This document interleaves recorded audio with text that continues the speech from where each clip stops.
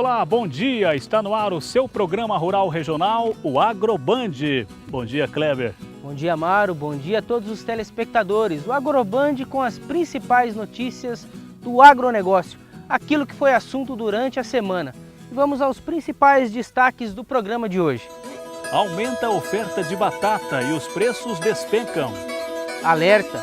Pequeno inseto pode comprometer a produção de milho nesta segunda safra se não for controlado bem cedo. Veja como a integração lavoura, pecuária e floresta possibilita maior ganho na pecuária e produção de grãos. Cresce a piscicultura no interior paulista e as projeções são animadoras. Você vai ver os flagrantes do AgroRec, onde você faz a imagem e manda pra gente. E o nosso quadro Famílias do Campo tem um destaque nesta reportagem. O seu Jorge também é engenheiro. Ele projetou essa máquina aqui na década de 70, uma plantadeira de 4 bicos, a qual ele utiliza até hoje no cultivo aqui na sua propriedade.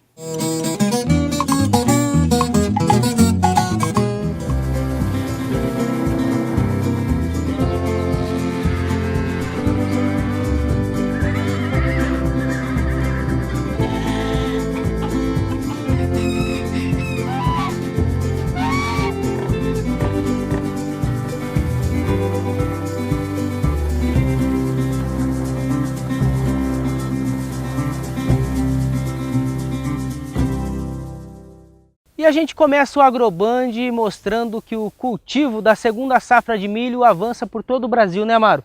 É verdade, viu, Kleber? A expectativa é muito boa, mas um alerta, o produtor tem que ficar atento, porque tem um inseto aí que é um vilão que pode comprometer a safra. Vamos ver a reportagem.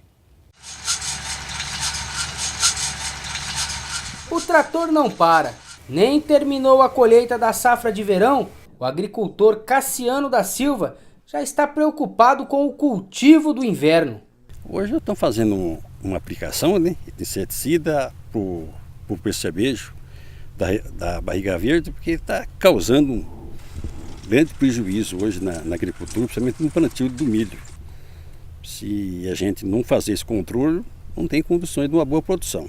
Considerado em muitas regiões como a principal praga do milho, o percevejo barriga verde, nome científico de Chelopes melacanthus, tem tirado o sono de muitos agricultores. A população é muita. Então, se não fazer o controle, não tem condições da lavoura de milho ficar bonita. O manejo desta praga é bastante complicado, já que nesta época do ano é bem comum o agricultor estar colhendo a soja e ao mesmo tempo plantando a segunda safra de milho. Muitas vezes falta mão de obra para realizar o controle. Isso sem contar que este inseto é bem esperto. O percevejo barriga verde vive escondido, enterrado ao lado dos pés de milho, ou embaixo da palhada e ervas daninhas. O melhor controle dele é nos horários mais frescos do dia. Nos horários de sol muito quente, ele tende a se esconder. Nesta área mesmo, o produtor ainda nem fez o plantio do milho safrinha, mas já está realizando a aplicação preventiva contra o percevejo barriga verde. O monitoramento também é de extrema importância. Diferente da lagarta do cartucho, os danos causados por este inseto só podem ser verificados alguns dias depois do ataque. Se o agricultor bobear, pode ser tarde para fazer o controle. O monitoramento tem que ser quase que diariamente, né?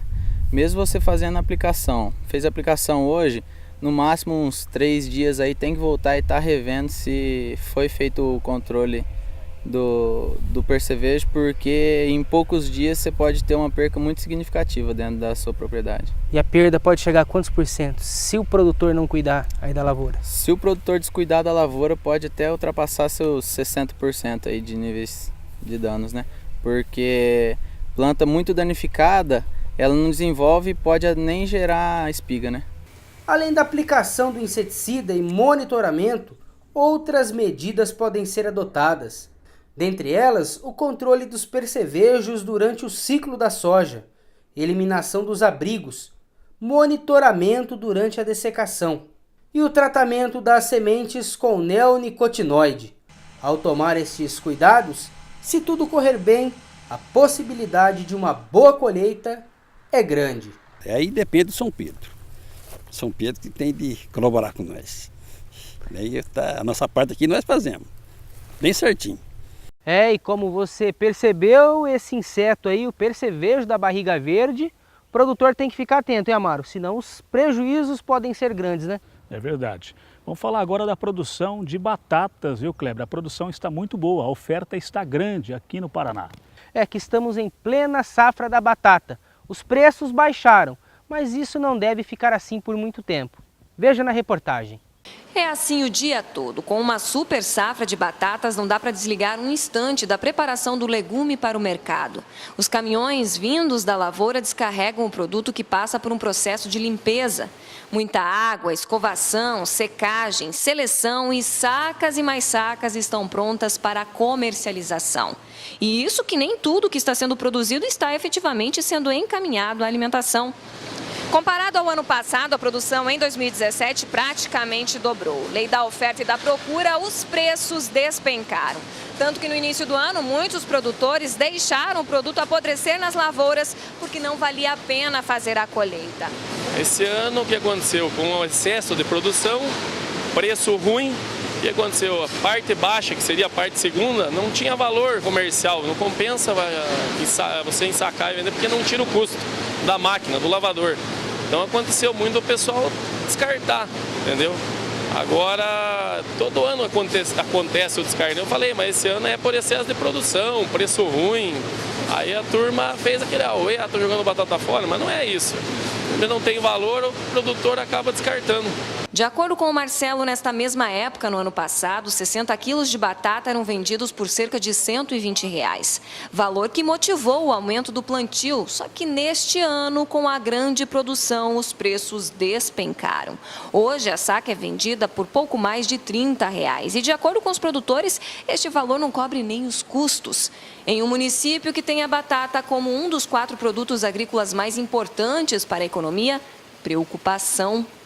Representa muito na economia, porque ela afeta, é uma cadeia, afeta vários setores, o comércio, afeta o produtor, afeta as pessoas, as famílias que trabalham no setor da batata na colheita, né? Então, com essa grande área plantada, aumentou bastante, a produtividade foi excelente e, logicamente, a lei da oferta e procura, baixou o preço e a dificuldade para todo esse setor.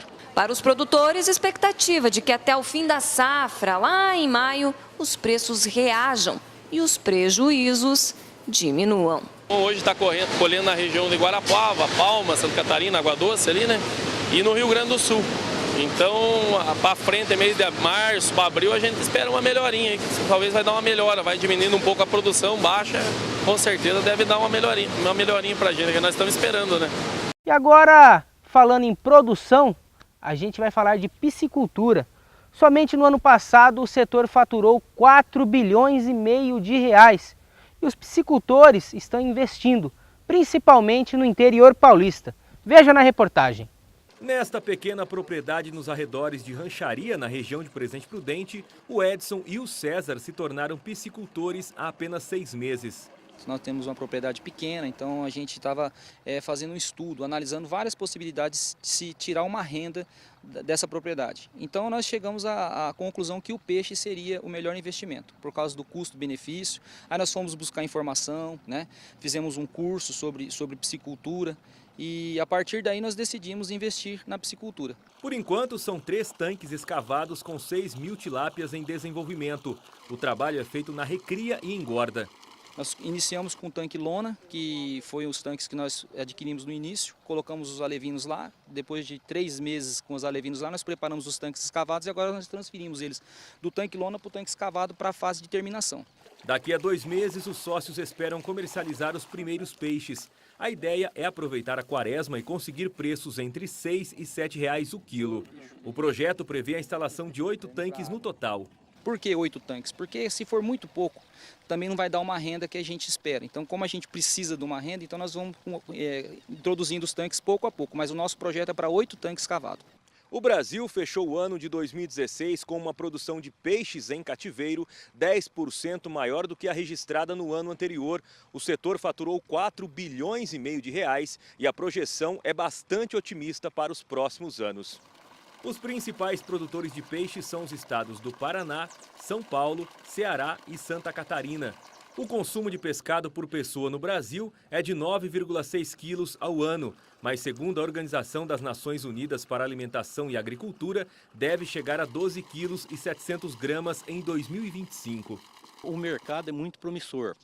A demanda, existe mais procura do que oferta, porque nós não produzimos ainda a quantidade de carne que nós precisávamos. Nós perdemos para vários países. Nós temos uma extensão territorial tão grande, temos água abundante. Segundo o relatório da FAO, em 2025 o Brasil deve produzir 1.145.000 toneladas de peixes em cativeiro.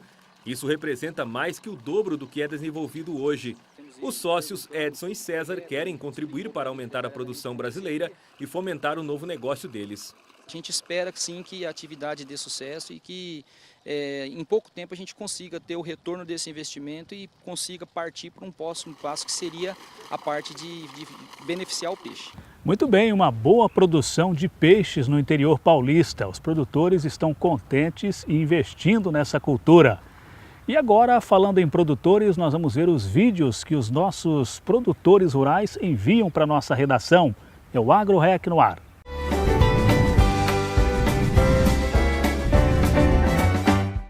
Começamos o AgroRec desta edição mostrando um vídeo enviado pelo Ailton Moreno de Maringá. Ele mostra uma plantação de quiabo de metro, acreditem, na propriedade do amigo dele Zico Bidim, isso lá na comunidade do Guerra. Esta outra imagem foi encaminhada pelo colega Pedro Calciolari, de Maringá. O processo aqui é louco, mano. Tá vendo aí, ó? Iniciando a safra 2017 aí. O pessoal tá acelerando aí, aproveitando o tempo limpo aí, ó. E se Deus quiser, nós vamos terminar com esse tempo maravilhoso. Tirar um pouquinho do prejuízo do ano passado, né, moçada?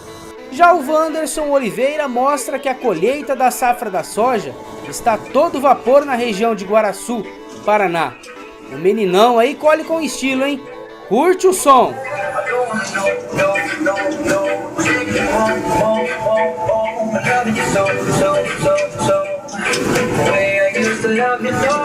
E falando em colheita, olha a tragédia registrada pelo Luciano Pedersoli. Que tristeza!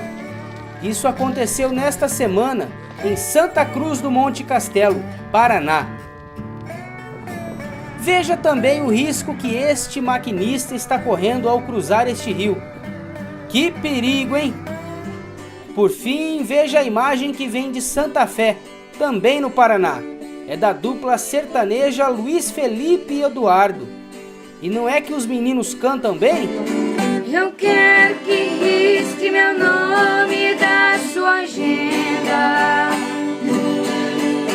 Esqueça o meu telefone, não me ligue mais.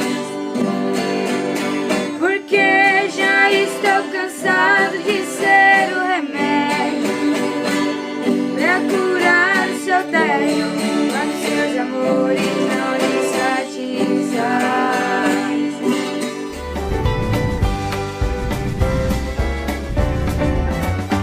Muito bem, está aí o AgroRec direto do campo, na ótica do produtor rural, ele que filma e manda para a gente.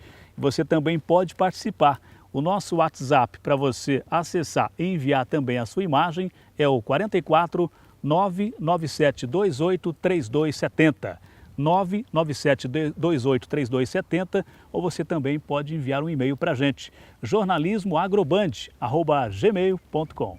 É isso mesmo, Amaro. E lembrando que o Agroband está com um canal no YouTube. Acesse lá, Agroband Paraná São Paulo. E também a página no Facebook. Muito bem, a gente vai agora ao intervalo. Não saia daí não, porque tem reportagem importante aqui, né, Cleber? É isso aí. Você vai conhecer os benefícios da integração lavoura-pecuária. E a gente vai trazer também a história dos pioneiros que ajudaram a construir a cidade de Canção, a cidade de Maringá, que completa 70 anos em 2017. Voltamos já.